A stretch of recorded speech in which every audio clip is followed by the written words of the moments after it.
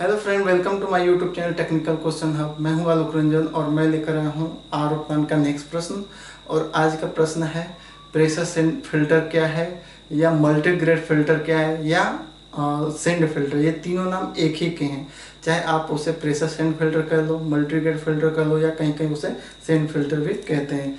ये किस टाइप की इम्प्योरिटी को रिमूव करता है, और जो है ये कौन सी फिनोमिना है, केमिकल फिनोमिना है या फिजिकल फिनोमिना है, ये भी समझेंगे। और एक और चीज़ समझेंगे कि जो हमारी मल्टीग्रेड फिल्टर है उसमें कौन कौन सी जो है ग्रेडिंग होती है, क्या क्या उसमें लगा होता है। तो वो सारी चीज़ें इस वीडियो में हम सीखेंगे। चलिए सर दोस्तों शुरू करते हैं। दोस्तों ये हमने जो है मल्टीग्रेड फिल्टर कह दो या प्रेशर सेंड फिल्टर का ये डायग्राम बनाया है। यहाँ पे हमने दिखाया है कि इतना जो पार्ट है यहाँ पे पानी रहता है, पानी गिरता रहता है। उसके बाद उसके नीचे एक और ग्रेड है। मैंने कहा कि मल्टी ग्रेड फिल्टर इसे कहते हैं। क्यों कहते हैं?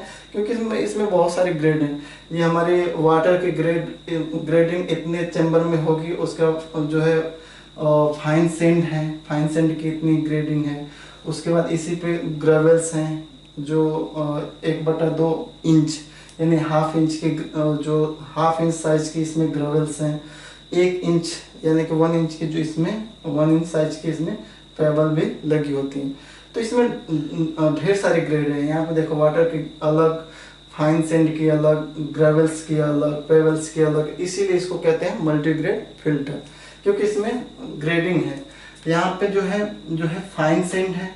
यहाँ पे जो है फाइन मतलब कि बहुत ही फाइन। उसके बाद ग्रेवल्स यानी कि हाफ इंच की ग्रेवल्स और 1 इंच की पेबल्स। समझ में आ गया इसे मल्टीग्रेड फिल्टर क्यों कहते हैं। ओके, अब चलिए देखते हैं दोस्तों। एक तो ये हमारा डायग्राम हुआ, यहाँ से रॉ वाटर इन हुआ और इन सारे ग्रेडों से होते हुए सबसे पहले फाइन सैंड से के कांटेक्ट में आया। उसके बाद ग्रेवल्स के कांटेक्ट में आया। उसके बाद पेबल्स के कांटेक्ट में आया। उसके बाद यहाँ से आउटलेट हो गया। तो डायग्राम आपको समझ में आ गया क्या है।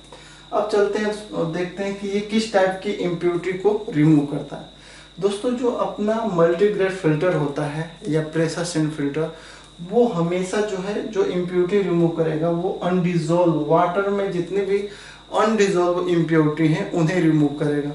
आप जानते हो कि पानी में बस 2 ही प्रकार की इम्प्योरिटी होते हैं। एक डिजोल्व इम्प्योरिटी होती है, जैसे टोटल डिजोल्व सॉलिड जो होते हैं, कैल्शियम मैग्नीशियम के जो आयंस होते हैं वो जो डिजोल्व होते हैं। और एक अनडिजोल्व इम्प्योरिटी, जैसे अगर आप नदी का पानी ले लो तो नदी में अनडिजोल्व इम्प्योरिटी बहुत सारे होंगे। जैसे उसमें पत्ते हो सकते हैं, कंकड़ हो सकता है, पत्थर हो सकता है, बालू हो सकता है, बजरी हो सकती है, छोटे छोटे पौधे हो सकते हैं, मरे हुए जानवर हो सकते हैं। यानी कि ढेर सारी उसमें अनडिजोल्व इम्प्योरिटी होंगी। और कुछ डिजोल्व भी होंगे, जैसे कैल्शियम हुआ, मैग्नीशियम हुआ, आयरन हुआ, वेनेडियम हुआ, कैडमियम हुआ। ये सारे जो है डिजोल्व होंगे, वाटर के साथ डिजोल्व हुए। लेकिन हमारी ये हमारा प्रेशर सेंड फिल्टर है, किस प्रकार की इम्प्योरिटी रिमूव करेगा? ओनली जो अनडिजोल्व इम्प्योरिटी है, जो वाटर में डिजोल्व नहीं है। तो जैसे हम एग्जांपल लें अनडिजोल्व की, जो इसमें रिमूव होता है, जैसे डस्ट पार्टिकल हुआ, सैंड हुआ, बालू हुआ, या TSS कह सकते हैं कि total suspended solid. Total suspended solid में सभी चीजें आ सकती हैं। तो अगर कोई एक वर्ड में पूछे कि आप जो है मल्टीग्रेड फिल्टर या प्रेशर सेंड फिल्टर से किस टाइप की इम्प्योरिटी रिमूव करते हो, तो आप कह सकते हो कि अनडिजोल्व वाटर में जितनी अनडिजोल्व इम्प्योरिटी उसे रिमूव कर सकते हैं। और वाटर में जो अनडिजोल्व इम्प्योरिटी है उसे ही हम एक नाम दे देते हैं टर्बिडिटी की। वाटर की टर्बिडिटी भी कह सकते हैं। तो अगर कोई कहे कि प्रेशर सेंड फिल्टर से क्या हम टर्बिडिटी रिमूव करते हैं? बिल्कुल करते हैं, क्योंकि टर्बिडिटी होती ही है। सारे अनडिजोल्व इम्प्योरिटी जो है टर्बिडिटी ही कहलाती है। तो फाइनली हमारा जो है बेसिक जो है इसका एक तो कह सकते हैं कि अनडिजोल्व इम्प्योरिटी रिमूव करते हैं या टर्बिडिटी रिमूव करते हैं। वाटर में जो टर्बिडिटी पाई जाती है उसको रिमूव करते हैं या अनडिजोल्व इम्प्योरिटी, दोनों सही है। ओके, तो ये हो गया कि कौन सी इम्प्योरिटी रिमूव करते हैं। दूसरा कि इसमें कौन सी फिनोमिना होती है, केमिकल फिनोमिना होती है या फिजिकल।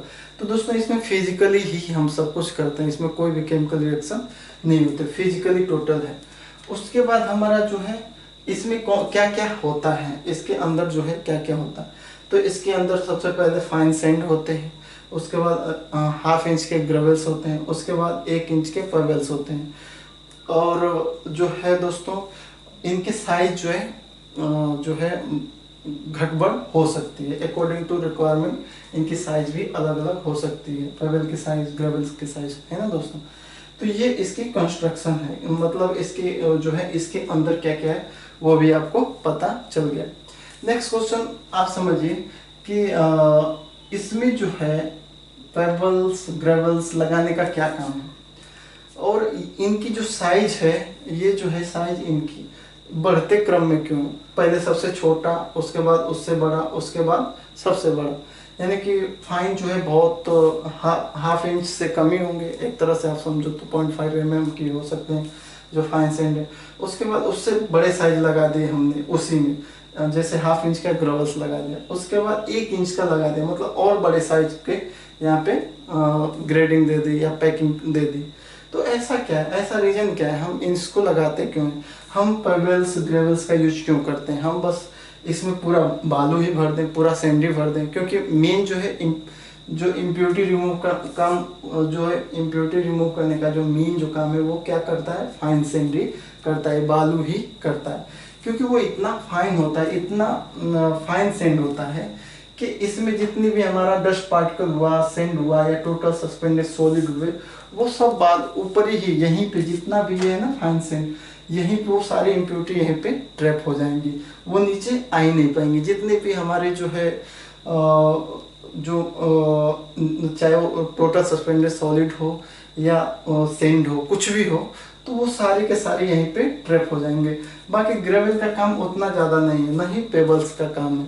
इसको क्यों दिया गया है, जो है इसको पेबल ग्रेवल देने का काम क्या है, क्यों दिया गया, हम पूरा इसमें बालू ही भर देते। तो दोस्तों वो मैं बता रहा हूँ कि क्यों इनका काम है, ग्रेवल्स का और पेबल्स का काम क्यों है। दोस्तों अगर आप एक पॉट लो, पॉट ये पूरा पॉट है, कोई पात्र है, इसमें पूरा भर दो, आप क्या भर दो दोस्तों, सैंड ही पूरा भर दो, जो फाइन सैंड है पूरा भर दो। उसके बाद यहाँ से ऊपर से पानी डालो और नीचे से उस पानी को निकालो, तो आप देखोगे कि यहाँ पे जो आप पानी भर रहे हो और यहाँ से जो पानी निकाल रहे हो, तो इसका जो फ्लो रेट है, एक तरह से अगर आप उसका फ्लो रेट देखोगे तो फ्लो रेट बहुत ही क्या हो जाएगा, कम हो जाएगा। क्यों होगा, क्योंकि बालू अगर पूरा भर ही दोगे तो आप समझते हो कि एक पोरेसिटी होती है, पोरोसिटी, यानी कि जो आप जो है पोरसिटी जानते ही हो कि पोरस जितना ज़्यादा रहेगा, पोरस जितना कोई चीज़ ज़्यादा होता है तो उससे कोई चीज़ तेज़ी से नीचे आ जाता है, और पोरिसिटी जितनी ही कम होगी यानी कि वहाँ से बहुत जो छन नहीं पाएगा, वो पानी जो है छन नहीं पाएगा। तो यहाँ पे पूरा पूरा बालू ही भर दो तो वो एक तरह से पोरिसिटी आपको एकदम डिक्रीज करती है, यानी कि बहुत मतलब पोरिसिटी एकदम जो है बिल्कुल नहीं है। तो आप पानी यहाँ पे डालोगे तो पानी धीरे धीरे धीरे धीरे करके यहाँ से निकलेगा, क्योंकि उसके पास गैप ही नहीं है, उसमें जगह ही नहीं है कि वाटर मॉलिक्यूल तेजी से नीचे आए। लेकिन इसकी पोरिसिटी बढ़ा दो, यानी कि अब जो है जैसे इसमें है तो बालू के लेयर बस इतनी है, उसके बाद यहाँ पे ग्रेवल्स थोड़े बड़े साइज के कर दो और यहाँ पे बहुत बड़े साइज के कर दो, तो उस समय क्या है पोरिसिटी बढ़ गई। तो जब पोरिसिटी बढ़ गई तो यहाँ पे जैसे ही पानी आएगा तो यहाँ ही जितना टाइम लेगा यहीं तक आने में लेगा, उसके बाद तेजी से नीचे गिर के आउटलेट हो जाएगा। तो यहाँ पे क्या हुआ दोस्तों, फ्लो रेट क्या हो गया, बढ़ गया। तो फ्लो रेट जो है हमारा जो रिक्वायर्ड फ्लो रेट है, चाहे वो 50 MQ पर हावर हो, 40 MQ पर हावर हो, उसको मेंटेन करने के लिए हम इसमें जो है ग्रेवल्स और पेबल्स भर देते हैं, ताकि जैसे ही फाइन सैंड के पास ही जितना हमारा ये इम्प्योरिटी छने, उसके बाद जैसे ही पानी नीचे है वो तेजी से बाहर आ जाए। रिटेंशन टाइम जो है, जो यहाँ पे पानी की होल्डिंग टाइम ज़्यादा हो जाएगी, क्योंकि धीरे धीरे वाटर मॉलिक्यूल धीरे धीरे नीचे आएगा, उसके बाद बाहर जाएगा। लेकिन यहाँ पे क्या है, पानी बस यहीं इसी ग्रेड तक ही बस धीरे धीरे छन के यहाँ तक आएगा, उसके बाद तेजी से वो निकल जाएगा, क्योंकि उसे रिटेंशन टाइम अधिक मिल जाएगा। और आप कहोगे कि तब इसको खाली ही छोड़ देते, लेकिन दोस्तों क्या होता है, अगर आप खाली छोड़ दोगे तो ये बालू जो है, ये जो बालू है वो जो है आउटलेट लाइन में भी चला जा सकता है, या जो उसको इस सेंड को होल्ड करने के लिए जो है, रखने के लिए जो है, फिक्स करने के लिए तो कुछ ना कुछ चाहिए। तो इसलिए ग्रेवल्स का सपोर्ट दे देते हैं, पेबल्स का सपोर्ट कर देते हैं, अगर बालू जो है नीचे भी आना चाहे तो इसी में ही फंसा रहे और फाइनली आउटलेट में ना जाए और नीचे ना आए। तो एक तरह से हमारा फ्लो अच्छे से मिले, इसके लिए हम क्या करते हैं, इसकी पोरोसिटी बढ़ा देते हैं with the help of gravels और पेबल्स के। और यहाँ पे आप जो मैंने कहा था कि अगर आप सिंपल बालू ही भर दो और उसमें पानी डालो तो ड्रॉप वाइज धीरे धीरे धीरे धीरे छनेगा, लेकिन वहीं आधा बालू भर दो और आधा जो है पेबल ग्रेवल्स भर दो, फिर उसे देखो तो वो तेजी से जो है पानी बाहर होगा, आउटलेट होगा, यानी कि फ्लो रेट हमारा बढ़ जाएगा। तो ये रीजन, मेन रीजन ये है। इसके अलावा बहुत सारे रीजन हैं, सब लोगों ने अलग अलग अपने रीजन बताए हैं, लेकिन जो है बेसिकली मेन जो रीजन है यही है। तो आई होप आपको ये जो मल्टी ग्रेड फिल्टर समझ में आ गया होगा कि इसमें कौन कौन से ग्रेडिंग होती हैं, कौन सी इम्प्योरिटी रिमूव होती हैं, ये फिजिकल फिनोमेना है या केमिकल फिनोमेना है, इसमें कौन कौन से जो है कौन कौन से जो हम पैकिंग, एक तरह से पैकिंग मीडिया क्या है या फिल्टर मीडिया क्या है वो भी आप समझ गए। और अब बस एक बार वर्किंग और समझ लीजिए वर्किंग प्रिंसिपल क्या है।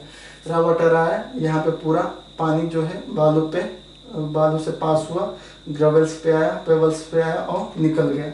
जितनी सारी इम्प्योरिटी थी, बेसिकली जितनी भी टर्बिडिटी कह लो या अनडिजोल्व इम्प्योरिटी कह लो, वो यहीं पे रुक गई, बालू पे रुक गई और बाकी जो है प्योर वाटर आउटलेट हो गया। लेकिन इसमें एक और टर्म आता है बैकवाश का दोस्तों, और एक टर्म आता है बैकवाश। बैकवाश क्या होता है? तो अब ये जो है कंटिन्यूअस प्रोसेस चलती रहेगी, यहाँ पानी आता रहेगा जाता रहेगा, आता रहेगा जाता रहेगा। देखिए एक टाइम ऐसा आएगा कि ये जो है सेंड जो है फाइन सेंड पे इतनी ज़्यादा इम्प्योरिटी आ जाएगी कि अब ये पानी अच्छे से छन नहीं पाएगा। तो उसके लिए हम क्या करेंगे, इसको हम जो है उल्टा यहाँ से अब नीचे से पानी देंगे और नीचे से जैसे ही पानी देंगे और ऊपर से निकालेंगे। पहले क्या है, ऊपर से पानी दे रहे थे नीचे से निकाल रहे थे, अब क्या करेंगे, नीचे से पानी देंगे और ऊपर से उसको निकालेंगे। तो जैसे ये पानी नीचे से भरना शुरू करेंगे, पानी यहाँ भरेगा, यहाँ भरेगा, यहाँ भरेगा और यहाँ पे जितनी भी ऊपर, यहाँ पे ऊपरी लेयर में जितनी भी इम्प्योरिटी रहेंगी उसको क्या करेगा, अपने साथ उठा के लेके बाहर यहाँ से आउट हो जाएगा। नीचे से पानी प्रेशर से देंगे, ऊपर से वो ऊपर जाएगा, अपने साथ जितनी सारी इम्प्योरिटी है उसको ऊपर से लेके बाहर हो जाएगा। तो यही बैकवाश होता है। बैकवाश का मतलब कि नीचे से इन कराना, ऊपर से आउट कराना, और अपने साथ सारी इम्प्योरिटी को वो रिमूव कर देता है। ये लगभग 10 मिनट 15 मिनट के फिनोमिना है। तो आप बैकवाश भी समझ गए। तो अगर मैं बात करूँ मल्टीग्रेड फिल्टर या प्रेशर सेंड फिल्टर में, तो इतनी जानकारी इनफ है और मुझे लगता है कि सब कुछ कंप्लीट ही हो गया। अगर आपको इसमें से और कुछ समझना है तो प्लीज़ कमेंट बॉक्स में लिखिए, चैनल को सब्सक्राइब कीजिए। Thanks for watching. जय हिंद।